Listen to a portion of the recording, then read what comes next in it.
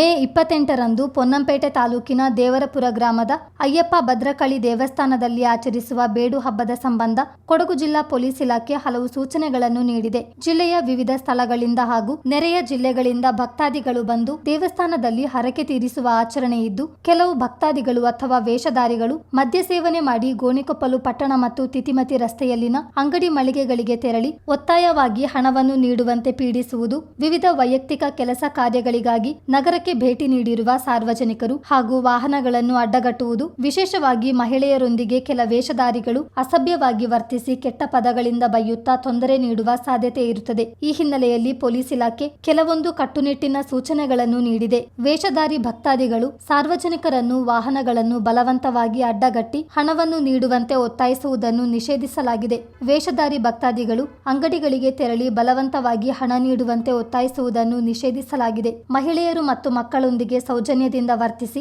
ಯಾವುದೇ ತೊಂದರೆಯಾಗದಂತೆ ನೋಡಿಕೊಳ್ಳುವುದು ಹಾಗೂ ಮದ್ಯಪಾನ ಮಾಡಿ ಅಸಭ್ಯವಾಗಿ ವರ್ತಿಸಿ ಅವಾಚ್ಯ ಪದಗಳಿಂದ ಬೈಯುತ್ತಾ ಸಾರ್ವಜನಿಕರಿಗೆ ತೊಂದರೆ ನೀಡುವುದನ್ನು ನಿಷೇಧಿಸಲಾಗಿದೆ.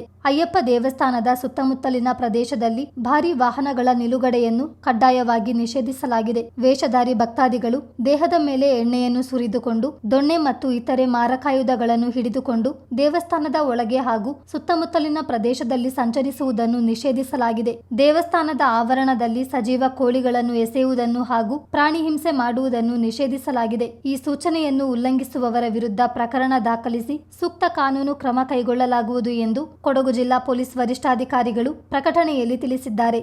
ಚಿತ್ತಾರ ನ್ಯೂಸ್, ಮಡಿಕೇರಿ.